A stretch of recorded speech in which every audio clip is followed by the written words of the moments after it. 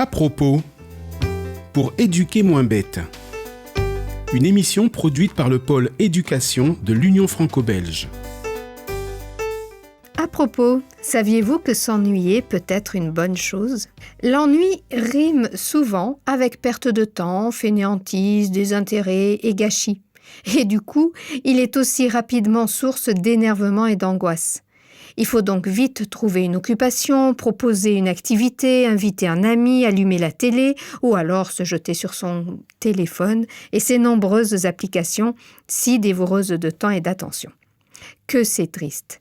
Eh bien oui, c'est triste, car l'ennui ne mérite pas une si mauvaise presse. Il n'y a en effet aucune obligation à être tout le temps dans le faire. Beaucoup de psychologues recommandent même de veiller à cela afin de proposer aux enfants un rythme de vie où l'ennui a sa place. Pour les plus vieux, rappelons-nous ces longs trajets en voiture, où l'occasion était donnée de rêver à la fenêtre, de compter les 2 chevaux vertes, de chanter, discuter, jouer en famille ou tout simplement d'observer le paysage défiler sous nos yeux. Or, aujourd'hui, avant même de monter en voiture, un film ou un jeu est déjà proposé à l'enfant ou aux jeunes. Bien sûr, ce mode de voyage est plus reposant pour les adultes. Mais est-ce si bon que cela pour les enfants et les jeunes ?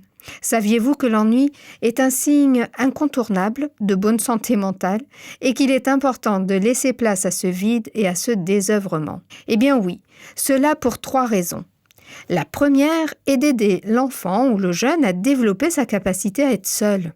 En effet, c'est important car il fait ainsi l'expérimentation de l'attente, de la frustration, du manque, qui alors sera comblée par la satisfaction du désir.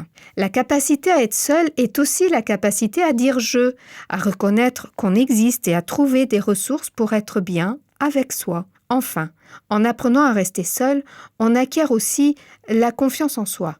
On apprend à jouer seul, à s'endormir sereinement sans personne.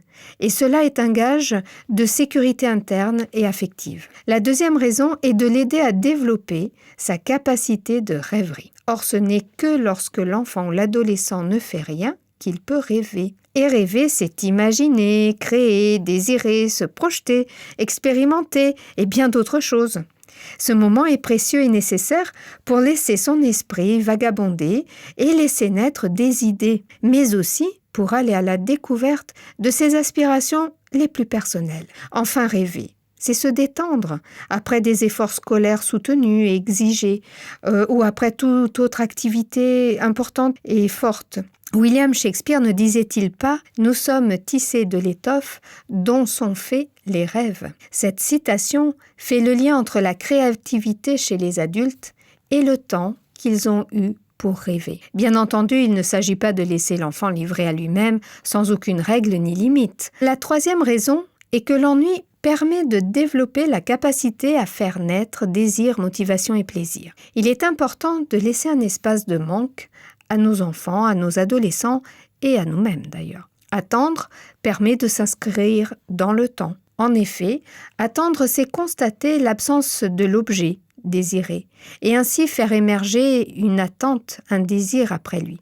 Et puis c'est la satisfaction de ce désir qui donne du plaisir et qui permet à l'enfant de s'épanouir. Telle était la pensée de Françoise Dolto. Alors, n'ayons pas peur de voir nos enfants s'ennuyer et peut-être même accueillons-nous aussi l'ennui pour redécouvrir chacun à notre tour la rêverie. C'était À propos, présenté par Anna Aurouz. Une chronique produite par le pôle éducation de l'Union franco-belge.